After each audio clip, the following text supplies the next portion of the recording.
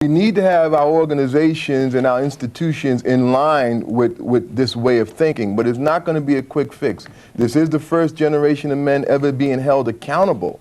So we've only been looking at this in this way for, I won't say only been looking at it, but only dealing with it in this way, say, for 30 years or so. So there's a tremendous amount of work to do. There's a cultural shift that has to take place. Women are on board in many respects. Yes. The late arrivals and the most needed and necessary arrivals are well-meaning men. Regular day, everyday cats, good guys, we need to get on board and become part of this solution. And you said in the numbers, he says, challenge the fear of being perceived as gay. Why is that, you know, something that lends itself to domestic violence? Well, there are stereotypes throughout our society, including all kinds of biases against people who are gay. But it is important that that men recognize there are many forms of masculinity, and it isn't manly to abuse women or children. And if you speak up, whether you're married, whether you're not married, however, whatever age you are, if you speak up, you're actually being a man. If you're silent, as Tony was suggesting, you're at least not stopping the problem, and in some measure, you're actually perpetuating it. So, in fact, Tony and I and Wally and other members of this movement of Men Against Domestic Violence really want to encourage other men to recognize that it's masculine to speak up against this problem, and that we're all husbands and fathers. Yes. And we know many others out there who care about this problem and who want to let women know that they aren't alone and that help is available, and that it's not their fault, that it's the man's fault if this is happening, and he can't control you, and the law is on your side. That's the other piece. So that is a little that we can do as agency. That's what we are calling out men, but also calling out organizations like churches. Yes. There is a lot of domestic violence issues in churches.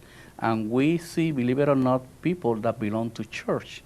And the problem is that because of the religion, because of it's kind of taboo, that you cannot say that because you don't want that your husband, who is a leader in the church, being accused or arrested for domestic violence. So it's important that this organization also help us in convey this message to this community, because I know there is a lot of suffering and a lot of silence among this community. Well, as I said, I did get a call from a pastor in Bridgeport who wants, so we're actually going to have a part 3, because the part 3 will be exclusively with the religious community. I'm going to invite other pastors to come out to speak. This pastor said he knows it's going on in his church and that he really wants to play a leadership role and speaking out against this, because the church has been silent. The church has been silent, and I think it goes back to what Tony says about this attitude that what goes on in my house stays there. The wife and the children are my property, and I can do whatever I want with them, and no one else should interfere, and we'll have to put a stop to that. Every day, several men murder their present or former female partner. The majority of these murders occur during or after a separation. Now, we hear the horrendous story Wallet held about this man who came from another country.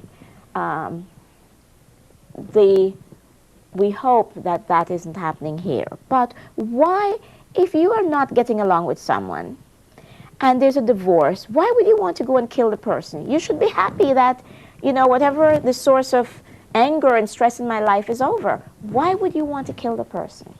Well, first of all, domestic violence is not about anger and stress.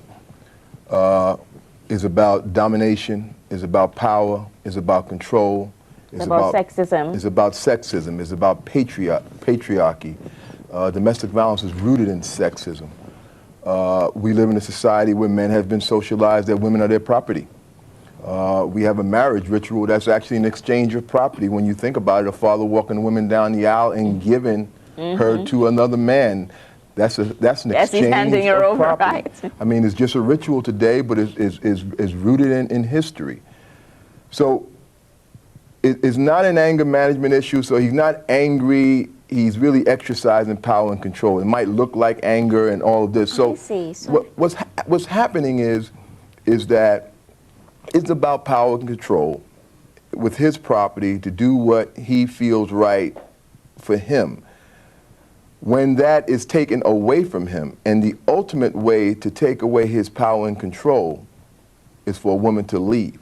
That's the ultimate way of taking it away. She can fight back, she can argue, but the ultimate way is to leave.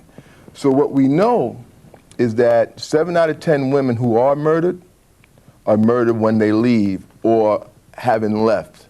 That's when they're murdered. So we have to acknowledge that, because we say to women all the time, why don't you just leave? And the reality is, when they leave, they're more at risk than when they stay. And as long as we're not providing for them the safety they need when they do leave, we need to stop pushing that on them and let them work that out in their time. Because when they leave, we're not providing for them what they truly need. We have more dog shelters in the United States of America than shelters for women. And why are we sending women to shelter? Send him to a shelter. So, until we sort all these things out, we have to deal with these realities. Now, excuse me, Sure. Zinga. Sandy, could you talk a bit about how the DVS organization helps provide Yeah, I women was just gonna with a ask her range that, of yes. choices, and Yes, that's- the help is confidential and so on? Sure. Beginning with the safety plan, I think it's probably important to talk about, what is a safety plan, because it's not just necessarily a way to get out of the house.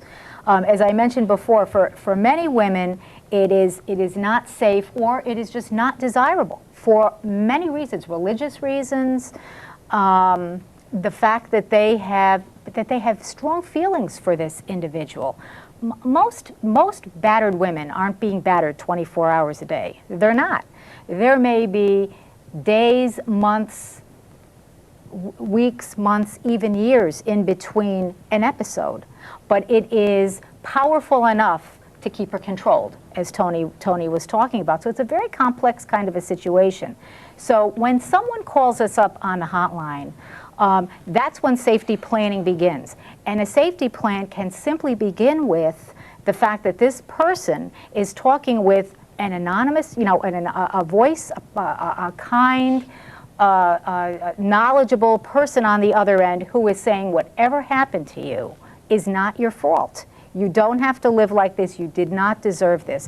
That is the first step towards healing, and it's the first step towards developing a safety plan. For many people, they just need to talk it out. Talk about the good in the relationship, talk about what terrifies them, what scares them in the relationship, and talk about some of those particular obstacles that are keeping them there. For many women, it's the children, or it's their religious background. In part one of the program, when we talked about why don't they just leave, as Tony just said about why doesn't he leave, Tony said that in shelters, most shelters have probably 15 rooms where a woman and her children have to all get into one room, and the guy gets to stay in the big house and watch TV and so she's the one who has to leave. Why doesn't he leave? Why is it that the woman has to leave? When you have these shelter situations, Sandy, how long can a woman stay with her children in the shelter? And if she does not want to go back because she's too afraid, or the situation has not been resolved where she has some place to go back to, what happens to her and her children in terms of accommodation, in terms of... Right. It's very complicated. Women can stay in our shelter from anywhere from a couple of days to a couple of months. What happens when they are with us is they develop, again, they're constantly developing a safety plan for when they are going to be moving along. They're trying to develop a goal for what is my second move here. For some individuals, they make a decision to go back home because they realize that they perhaps want to give him a second chance. Perhaps there have been conversations back and forth, which we certainly don't encourage, but it happens anyway, where he may promise that he's going to get counseling, and in some cases, he does. In some cases, the fact that she actually left him was terrifying enough to him and to his own sense of masculinity and for what he was going to lose, that he then will take the steps. Now, this doesn't happen very often, but it has happened. For other women, the biggest obstacle is, where am I going to find, for those women who